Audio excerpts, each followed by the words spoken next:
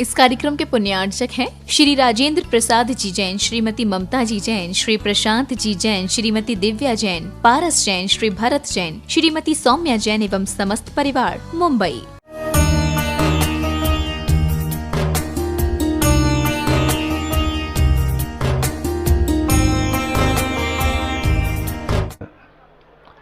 ओम नमः सिद्धेभ्यः। ओम नमः सिद्धेभ्यः। मंगलम भगवान वीरो मंगलम गौतमो गणे मंगलम कुंद कुंदाद्यो जैन धर्मोस्तु मंगलम। सर्वमंगल मांगल्यम सर्वकल्याणकारकम प्रधानम सर्वधर्माणां जैनम जयतु शासनम। अहिंसा परमो धर्म की, महावीर भगवान की। प्रातः स्मरणे परम पूजाचार्य गुरुवर श्री विद्यासागर जी मुनि महाराज की जय।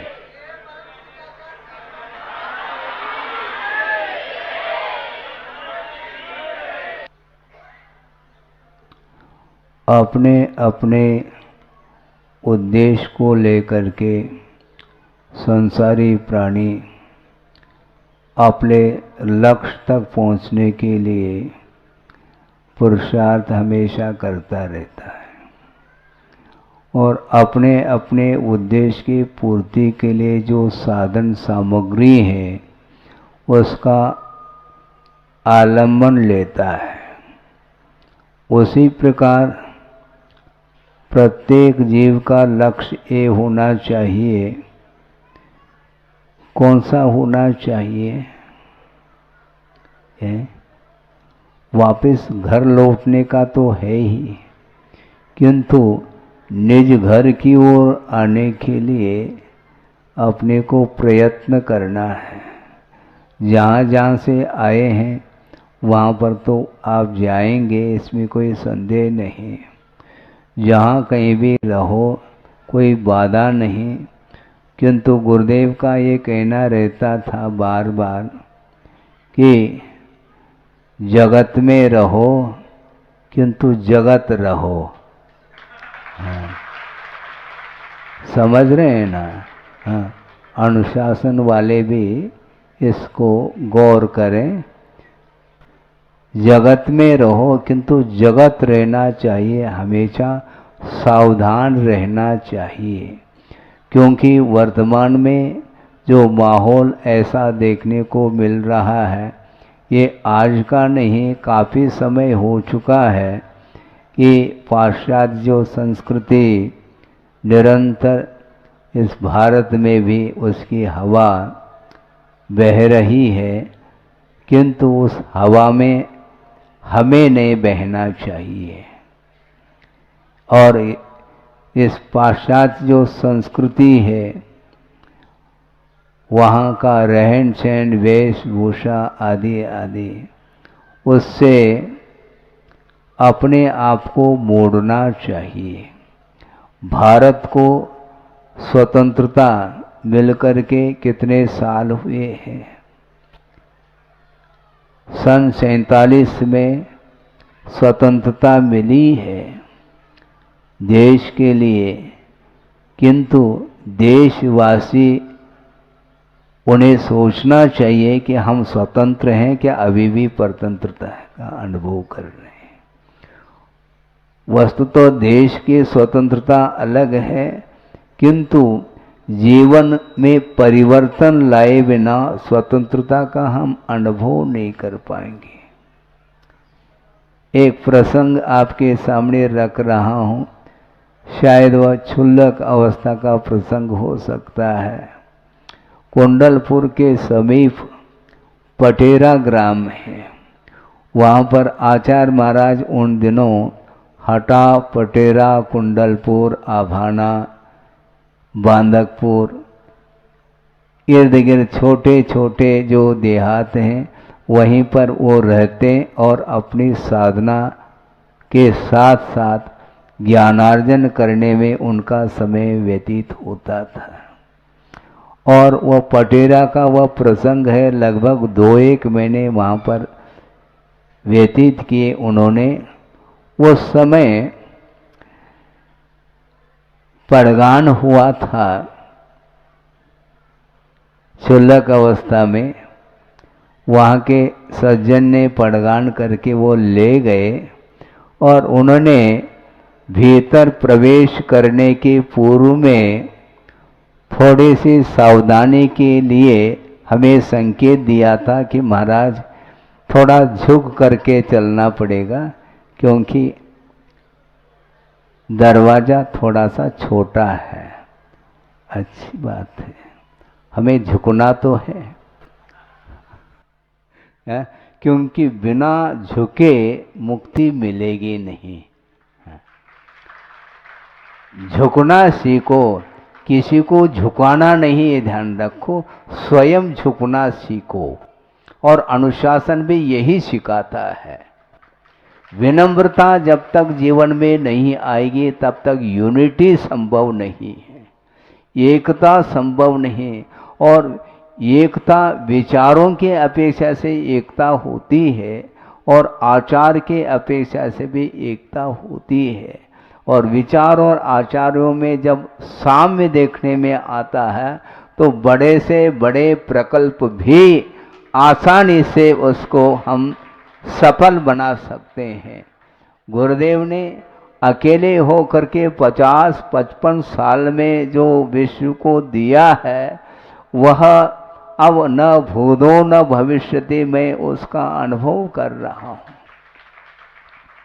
उनकी चर्या, उनकी साधना और उनकी गंभीरता और उनकी दूरगामी दृष्टि, इन सभी को ध्यान में रखते हैं तो बहुत उन्होंने जो कार्य किया वह न भूतो न भविष्यति है। और आप लोगों के लिए उन्होंने जो दिशा बोध दिया है, दिशा भी दी है और बोध भी दिया, ये ध्यान रखो। किसी ने कहा कि महाराज आपसे हम दिशा बोध लेना चाहते हैं, उस समय की बात है जिस समय आचार्य महाराज के साथ ही था मैं संग में, और अभी भी उनके साथ ही हूं, ये ध्यान रखो। हाँ, और उस समय मेरे लिए एक व्यक्ति ने कहा कि महाराज हम आपसे दिशा बोध चाहते हैं। जब संग में था उस समय की बात है, तो हम धीरे से उनको संकेत दिया कि आप दिशा चाहते हैं क्या, बोध भी? महाराज हम दोनों चाहते हैं, दोनों संभव नहीं, हम दिशा दे सकते हैं, सीधा यूं जा करके इधर मुड़ो, वहां पर आचार्य कक्ष आपको मिलेगा और बोध वहां से मिलेगा। पक्की बात है। एक बहुत अच्छा प्रसंग आपके सामने प्रासंगिक रख रहा हूं। जबलपुर में सन 93 में पंचकल्याणक गजरत महोत्सव का वह समय था और उस समय आर्यका संघ भी लगभग पूरा उपस्थित था और गुरुदेव स्वाध्याय कराते थे और प्रातःकालीन कुछ ऐसी तत्व चर्चा चल रही थी। उस तत्व चर्चा के दौरान एक सज्जन ने कहा कि महाराज मोक्ष मार्ग में मार्गदर्शन किससे लेना चाहिए? मैं वहीं बैठा था, मैं भी बहुत उत्साहित था, उत्सुक था कि अब आचार्य महाराज इसका समाधान क्या देते हैं।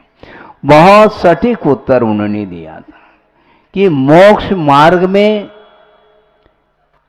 मार्गदर्शन किससे लेना चाहिए, यह जिज्ञासा थी। और उसके समाधान में गुरुदेव ने कहा कि मोक्ष मार्ग में निर्देशन, मार्गदर्शन उससे लेना चाहिए जो विजित मना हो। समझ रहे? जो विजित मना है उसी से मार्गदर्शन लेना चाहिए। अभी भी वह शब्द मेरे अंदर गूंज रहे हैं। सही बात है, क्योंकि मार्ग एक है तो मार्गदर्शक भी एक ही होना चाहिए।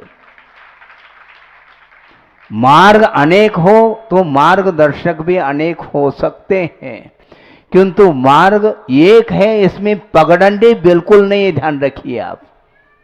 क्योंकि पगडंडी यदि होगी तो निश्चित रूप से भटक जाएंगे।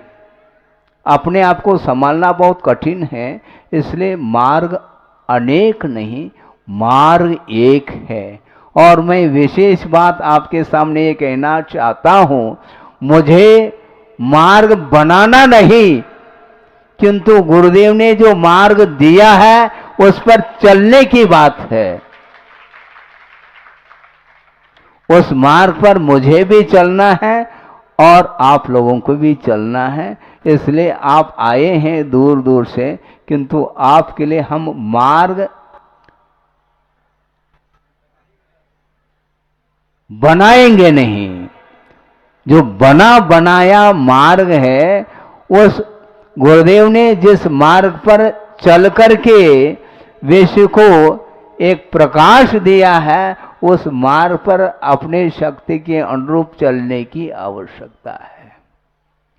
बहुत सारे प्रकल्प हैं, आप लोगों ने आकर के कुछ कुछ उसकी भूमिका हमारे सामने रखी है, और मध्याह्न में शायद समय आप लोगों को मिला है, ऐसा हमने सुना है। समय मिला है तो मध्याह्न में विशेष रूप से आप लोग अपने अपने विचार उद्गार व्यक्त करेंगे, उसको हमें भी सुनना है। क्योंकि गुरुदेव ने जो दिया है उसको विश्व के सामने वो दे करके गए हैं, गए नहीं किंतु कहने में आता है, किंतु वो सारा का सारा उनका दिया हुआ जो मार्ग है, उसको उसके ऊपर निरंतर चलने की आवश्यकता है। और चलते समय हमेशा सावधानी की आवश्यकता होती है। चलते समय विशेष सावधानी की आवश्यकता होती है। और उन्होंने एक बात और कही थी कि मान लो आप शयन कर रहे हैं धरती पर, तो गिरने की संभावना है। यदि मान लो किसी तख्त पर यदि आप लेटे हैं तो संभावना है गिरने की, किंतु धरती पर यदि मान लो आप शयन कर रहे हैं तो वहां पर गिरने की कोई बात ही नहीं। और चल रहे हैं तो उसमें भी असावधानी हो सकती है, ठोकर लग सकते हैं और गिर सकते हैं, और उसमें भी ज़्यादा हानि नहीं होगी। और उससे मान लो कोई बाइसिकल पर चल रहा है, उससे यदि मान लो कोई एक्सीडेंट हो जाए तो उसमें भी ज़्यादा नुकसान नहीं होता। और मान लो 4 व्हीलर पर जा रहे हैं, बाई कार है, बाई बस है, आदि आदि, उसमें और ज़्यादा जो है ना गंभीर स्थिति बन सकती है। और यदि मान लो आप फ्लाइट से यात्रा कर रहे हैं और उसमें यदि मान लो एक्सीडेंट हो गया, फिर अंत्येष्टि की भी कोई आवश्यकता नहीं पड़ेगी। इसलिए हमें बहुत सावधानी के साथ चलने की आवश्यकता है। और सावधानी यदि नहीं है तो संभालना, अपने आप को संभालना भी बहुत कठिन, और दूसरे को संभालना तो बहुत अत्यंत कठिन होता है। इसलिए हमारा यही आप लोगों के लिए कहना है कि जो भी प्रकल्प आप लोगों ने हाथ में लिया है और गुरुदेव ने जो आप लोगों के लिए दायित्व दिया है, और उसका निर्वाह करने के लिए एकता की बड़ी आवश्यकता है, उसी का नाम अनुशासन है। अनुशासन किसी के द्वारा भी भंग नहीं होना चाहिए।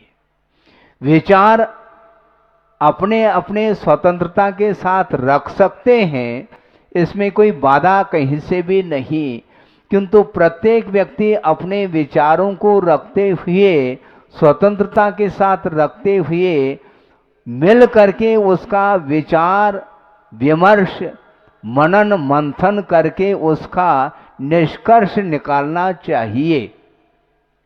उसमें किसी भी प्रकार से परस्पर में कोई भी विवाद आदि नहीं होना चाहिए, अवरोध पैदा नहीं होना चाहिए।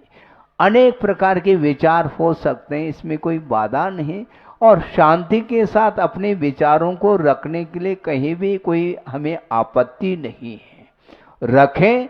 और उसका निष्कर्ष, कंक्लूजन जिसको बोलते हैं, सार, उसका बिल्कुल व्यापक रूप से उसका निर्णय होना चाहिए।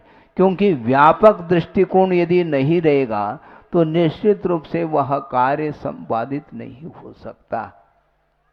इसलिए एक व्यक्ति के द्वारा कार्य नहीं होता। तख्त पर मान लो मैं बैठा हूं, आप सुन रहे हैं, तख्त पर बैठा हूं, तो उसमें तख्त में कितने पहिए हैं? 4 हैं। एक आदि की क्या आवश्यकता है? कोई कह दे, कोई कह दे महाराज 4 की क्या आवश्यकता? तो 3 पहिए का मान लो कोई है तो उस पर बैठ करके देख लो, है? अनुभव नहीं है तो मुझे अनुभव है, मैं बता रहा हूं। पड़गान करके ले गए हैं और चौकी पर विराजमान हो जाइए ऐसा बोल देते हैं, और जैसे ही बैठने के लिए चला जाता हूं तो वहां पर वह चौकी हिलती हुई मिलती है। तो उस समय चम्मच लगाते हैं। क्या आवश्यकता है चम्मच लगाने की? इसे स्पष्ट है कि समतल हुए बिना तो वह हम उस पर बैठ नहीं पाते हैं। इसलिए विचारों में साम्य होना चाहिए। तराजू है, आप तोलते हो तो उसमें क्या देखने में आता है? जो कांटा है वह बिल्कुल स्थिर हो जाता है और दोनों पालड़े बिल्कुल समानांतर को लिए हुए होते हैं। ऐसा ही होता है कि नहीं?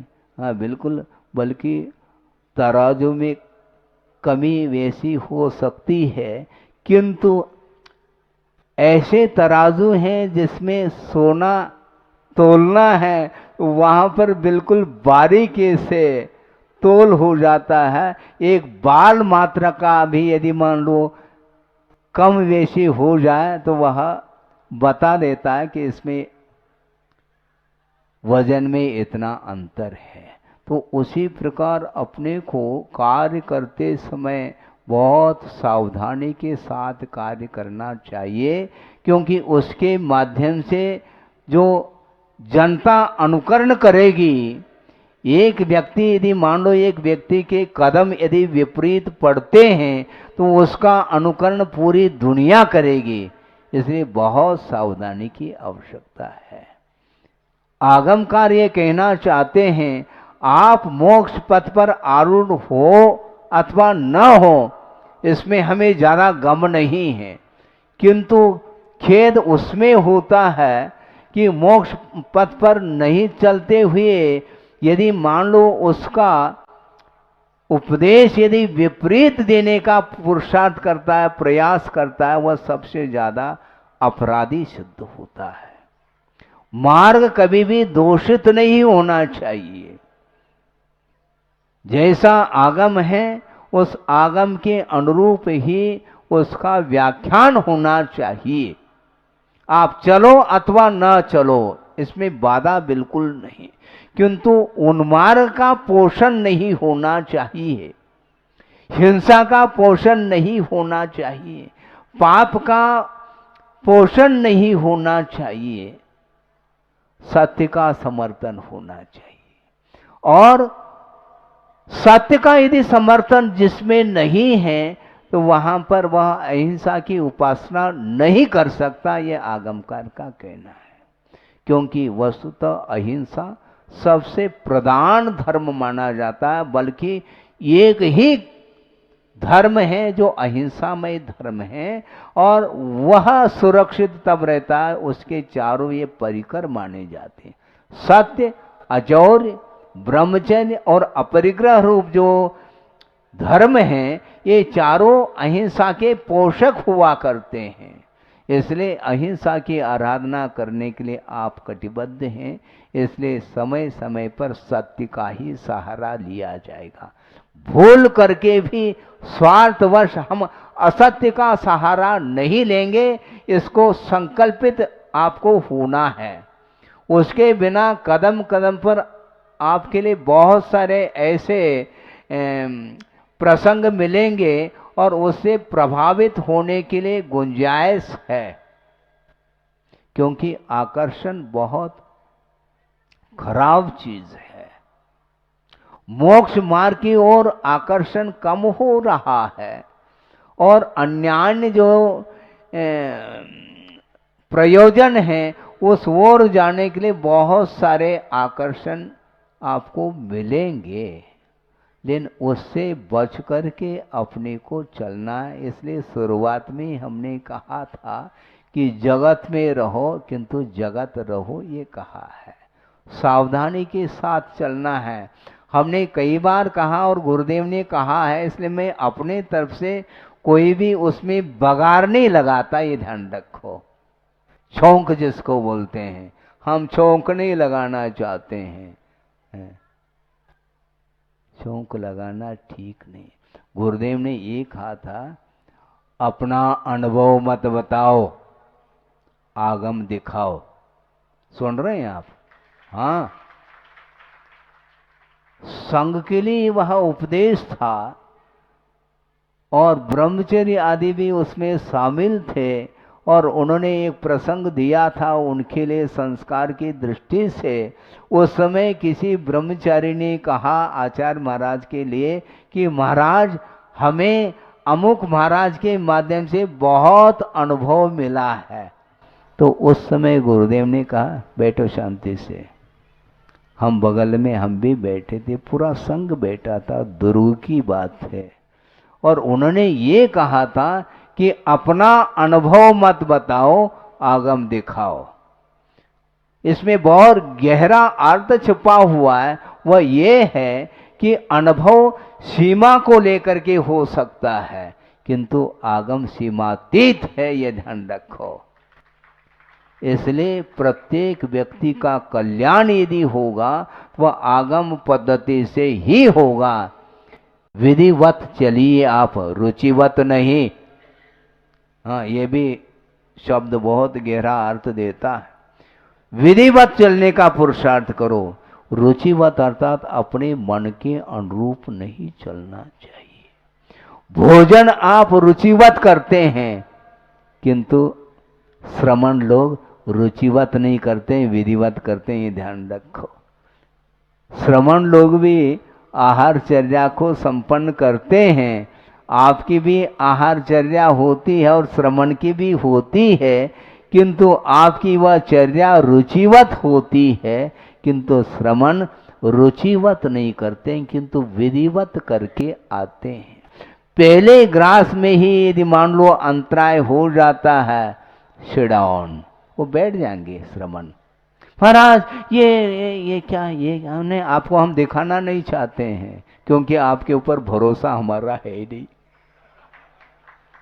हम आपको यदि दिखाएंगे तो आपके हाथ में वह चीज चली जाएगी, तो उसको आप मसल दोगे, हाँ गायब होगा। महाराज ये जीरा है, अरे जीरा है, अच्छा नहीं सुनो, जीरा है, हमने ये सोचा। ऐसा तो नहीं कि पंचम काल में जीरे के भी पैर होते हैं। क्या कहना चाहो आप? भाव उनका ये है कि किसी भी प्रकार से महाराज का आहार सानंद संपन्न हो, ये उसका उद्देश्य है। किंतु आचार्य कहते हैं अपनी समिति है, दूसरे के हाथ में उसको देने की बात ही नहीं, हम विश्वास नहीं करते हैं। महाराज हमने तो मन शुद्धि, वचन शुद्धि, काय शुद्धि, आहार जल शुद्ध है, ऐसा बोल करके हमने नवदा भक्ति पूर्वक आपके करपात्र में हमने ग्रास दिया है, इसलिए आप उसका संशोधन नहीं करना चाहिए आपको। हाँ, क्यों नहीं करना चाहिए? आपने अपना कर्तव्य कर लिया, किंतु उसमें प्रूफ रीडिंग करने की आवश्यकता होती है। इसलिए हम संशोधन करके ही उसको लेते हैं। उसमें किसी भी प्रकार से यदि बाधा उपस्थित हो रही है तो वो आहार न करके वापस आ जाते हैं, इसको बोलते हैं। हाँ, रुचिवत नहीं, विधिवत करिए। बहुत बड़ा दायित्व आपके कंधों पर दिया है गुरुदेव ने। और जहाँ जहाँ के लोग हैं उन सब के लिए, जहाँ जहाँ पर कमेटी हैं, क्योंकि कमेटी के बिना व्यवस्था बनती नहीं है। अनुशासित होकर के चलने के लिए अथवा चलाने के लिए स्वयं अनुशासित होने की आवश्यकता पड़ती है, तब कहीं जाकर के आपका अनुकरण समाज कर सकती है। इसलिए अंत में हमारा इतना ही कहना है, कहने के लिए वस्तुतः देखा जाए अंत नहीं है बंधुओं, क्योंकि श्रुत का कोई पार नहीं है, ऐसा कहा है आगम में। श्रुत का कोई पार नहीं है और काल थोड़ा है, ज्यादा नहीं अपने पास। अपने पास मतलब जीवन में रहने के लिए काल बहुत अल्प है। और हमारी मति, स्वयं आचार्य कह रहे हैं, वयम च दुर्मेहा, हमारी मति, हम दुर्मेधस हैं, ऐसा कहा। हाँ, वक्र बुद्धि है। क्यों? महावीर भगवान के तीर्थ काल में अपन चल रहे हैं। वृषभनाथ भगवान के तीर्थ काल में जो जनता थी वो मंद बुद्धि वाली थी, भोली भाली जनता जिसको बोलते हैं। और अजितनाथ भगवान से लेकर के पार्श्वनाथ भगवान के तीर्थ काल में रहने वाली जनता वो तीक्ष्ण बुद्धि वाली थी। और यहाँ तक कहा है श्रवण के लिए तुम सामायिक करो, ऐसा कहते ही 28 मूल गुणों का वो पालन करते थे। मात्र सामायिक करो, तो क्योंकि सामायिक बिना 28 मूल गुणों के पालन किए संभव ही नहीं है, इसलिए 28 मूल गुणों के पालन करने का बोध उसको सामायिक करो ऐसे कहने में उसको बोध मिलता था। इसलिए हम भी आपके लिए बहुत संक्षेप में कहेंगे, यदि मध्याह्न में भी कहना है तो हम फार्मूले के रूप में सूत्रात्मक हम कहेंगे, क्योंकि गुरुदेव ही संकेत देते थे और संकेत के माध्यम से ही कार्य होता है।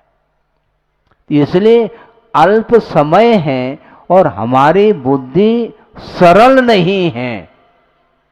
अनिता न ले, हाँ, सरल नहीं है, उसमें श्रमण भी शामिल है, ये ध्यान रखो, टेंशन नहीं पालना। हाँ, क्यों? श्रमण के लिए भी आचार्यों का उपदेश है। आचार्य स्वयं आचरण करते हैं और शिष्य के लिए भी आचरण कराते हैं। महाराज, श्रवण बनने के उपरांत फिर कराने की क्या आवश्यकता है? अनुशासन हर जगह चलेगा, ध्यान रखो। उसके बिना आत्मानुशासन संभव ही नहीं है। इसलिए आचार्य का बहुत महत्वपूर्ण कार्य है।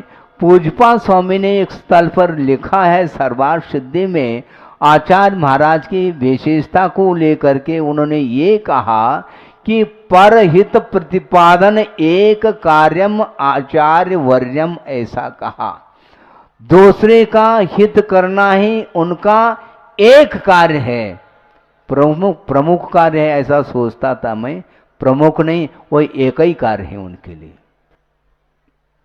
यहां तक कि शिष्य सामायिक विधिवत समय पर कर रहा है कि नहीं कर रहा है, इसका निरीक्षण करने के लिए आचार्य जा सकते हैं।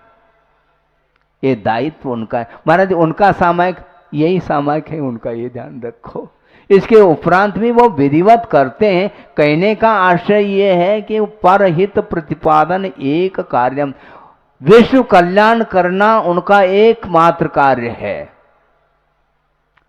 उनके बिना देश का हित संभव नहीं है। राष्ट्र का और देश का हित करना चाहो तो स्वयं हित पथ पर चलने की आवश्यकता है। चलाना बाद में होता है। हम सिंगल चल नहीं पा रहे हैं बाइसिकल पर, और हम डबल और ट्रिपल सीट चलना चाहते हैं तो बहुत कठिन कार्य है। और पूरा चतुर्विध संघ का निर्माण उन्होंने किया और इसके साथ साथ समाज के लिए, पूरे देश और राष्ट्र के लिए उन्होंने जो मार्ग प्रशस्त किया है वह अपने आप में अद्वितीय साधना के बिना संभव ही नहीं है। इसलिए संक्षेप में सभी के लिए हमारा ये कहना है कि अनुशासन की आवश्यकता है, परम आवश्यक है, किंतु आत्मानुशासन की भी उतना ही अनिवार्यता है, उतनी ही अनिवार्यता है। क्योंकि जो अपने ऊपर शासन नहीं कर पा रहा है वो दूसरे को शासित नहीं कर सकता। इसलिए अनुशासन। और मध्याह्न में कौन कौन से प्रकल्प रखते हैं, कौन कौन से विचार और कौन कौन से उद्देश्य को लेकर के विचार आपके सामने रखेंगे, तो उसको भी हमें भी सुनना है और उसके तह तक हमें भी पहुंचना है। इसलिए गुरुदेव का जो भाव है वह आपके सामने हमने रखा। संक्षेप में उन्होंने ये कहा था कि मोक्ष मार्ग पर आरूढ़ होने के लिए निर्देशन जो लेना है और जो विजित बना है उसी से निर्देशन लेना चाहिए। जिस किसी से मार्गदर्शन लेंगे तो निश्चित रूप से उसमें गुमराह होगा। हाँ, निश्चित रूप से हम लक्ष्य तक नहीं पहुंच पाएंगे और लक्ष्य तक पहुंचने के लिए जो लक्ष्य तक पहुंचने के लिए कटिबद्ध है उनका मार्गदर्शन अत्यंत अनिवार्य हो जाता है। उस समय हमने बात सुनी, मुझे लगा कि एक एक शब्द उनके सूत्र के काम करते हैं। हम घंटों बोलते हैं, इसके उपरांत भी किसी को समाधान नहीं मिल पाता और वो एक सेकंड में समाधान मिल जाता। कभी भी वो घंटों नहीं देते, किसी को घंटों नहीं देते। किसी ने पूछा महाराज हमारे लिए, हाँ तुम्हारे लिए ये संकेत है, वो चला गया, नेक्स्ट दूसरा आ जाएगा, तीसरा आ जाएगा, चौथा आ जाएगा। और जिसको दिया है वो वापस मान लो 4 दिन बाद आता है कि महाराज हमारे लिए संकेत, तुम्हें तो दिया था, क्या दिया था याद है? हाँ महाराज आपने ये दिया था, कर लिया? अभी नहीं कर पाए। हाँ उसको कर लो फिर बाद में। हाँ जो भोजन परोसा है वो डाइजेस्ट हो जाए फिर बाद में, नहीं तो अजीर्ण हो जाएगा। आफरा जिसको बोलते वो ठीक नहीं माना जाता। इसलिए बार बार आप जो है ना, महाराज हमें मार्ग प्रशस्त करो, कितने बार प्रशस्त करना है? जो मार्ग प्रशस्त है उसके ऊपर आवरण नहीं आना चाहिए, ये ध्यान रखें। यदि उस मार्ग पर आवरण आ जाएगा फिर मार्ग लुप्त हो जाएगा। ऐसा नहीं करना है, क्योंकि जैसे यहाँ पर दीप प्रज्वलन किया जाता है और अनावरण किया जाता है, लेकिन हर हफ्ता हर सप्ताह अनावरण करना पड़ता है, क्योंकि आवरण फिर आ जाता है। आवरण फिर आ जाता है, अगले संडे पुनः अनावरण करने के लिए ये आवश्यकता पड़ती है। इस प्रकार अपने को ऐसा नहीं करना, जो ज्ञान उद्घाटित है वह किसी भी प्रकार से आवरणित ना हो सके, ऐसा पुरुषार्थ करिए। वही ज्ञान सम्यक ज्ञान के कोटि में आता है और राग द्वेष मोह इत्यादि के कारण वह सम्यक ज्ञान वह लुप्त होता चला जाता है, वो धूमिल होता चला जाता है। अनेक प्रकार की विपरीत धारणाएं अपने अंदर प्रविष्ट हो जाती हैं, अनेक प्रकार के अवधारणाएं बनती चली जाती हैं। इसलिए वो ठीक नहीं। उसके माध्यम से न स्वयं का हित हो सकता है न दूसरे का हित हो सकता है। इसलिए विश्व की हित की बात करना चाहो, अपने ज्ञान को बिल्कुल सम्यक बनाने की आवश्यकता है। अहिंसा परमो धर्म की जय। बोधि समाधि परिणाम शुद्धि स्वात्मोपलब्धि शिव सौख्य सिद्धि चिंतामणिम चिंतित वस्तुदाने त्वामंद मानस्य ममास्तु। परम पूजाचार्य गुरुवर श्री विद्यासागर जी मुनि महाराज की जय।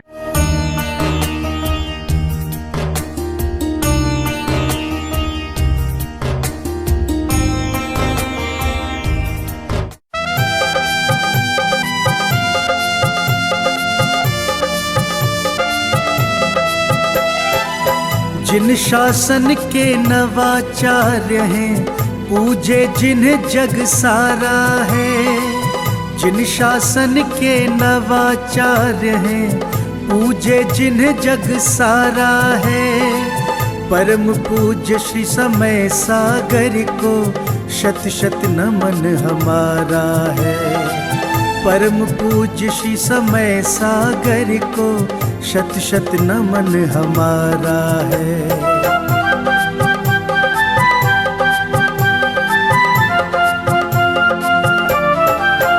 गुरुवर के पावन श्री मुख से जब अमृत की धार झरे, मंत्र मुग्ध हो जाए प्राणी, जीवन का कल्याण करे।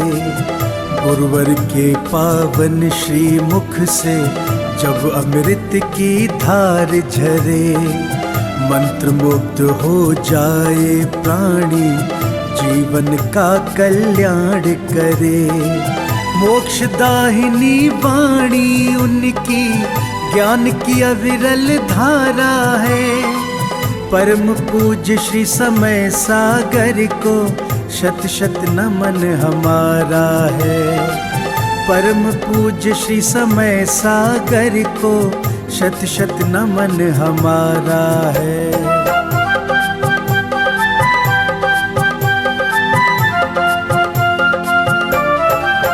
परम तपस्वी दिव्य ओजस्वी, धर्म ज्ञान के भंडारी, काया जिनवर के समरूपी, भक्तन के हैं भवतारी।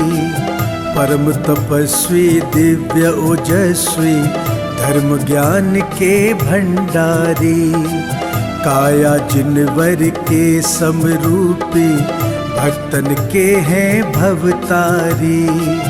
दिव्य दिगंबर रूप गुरु का लगता बड़ा ही प्यारा है। परम पूज्य श्री समय सागर को शत शत नमन हमारा है। परम पूज्य श्री समय सागर को शत शत नमन हमारा है।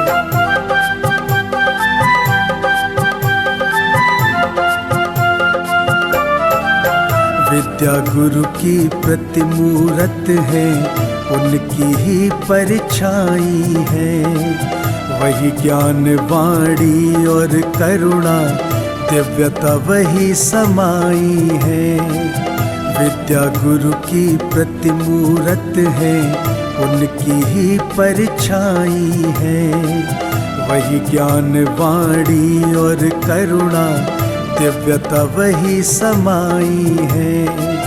जिन वाणी चैनल करे भाव से, नित गुणगान तुम्हारा है। परम पूज्य श्री समय सागर को शत शत नमन हमारा है। परम पूज्य श्री समय सागर को शत शत नमन हमारा है। इस कार्यक्रम के पुण्यार्चक थे श्री राजेंद्र प्रसाद जी जैन, श्रीमती ममता जी जैन, श्री प्रशांत जी जैन, श्रीमती दिव्या जैन, पारस जैन, श्री भरत जैन, श्रीमती सौम्या जैन एवं समस्त परिवार, मुंबई।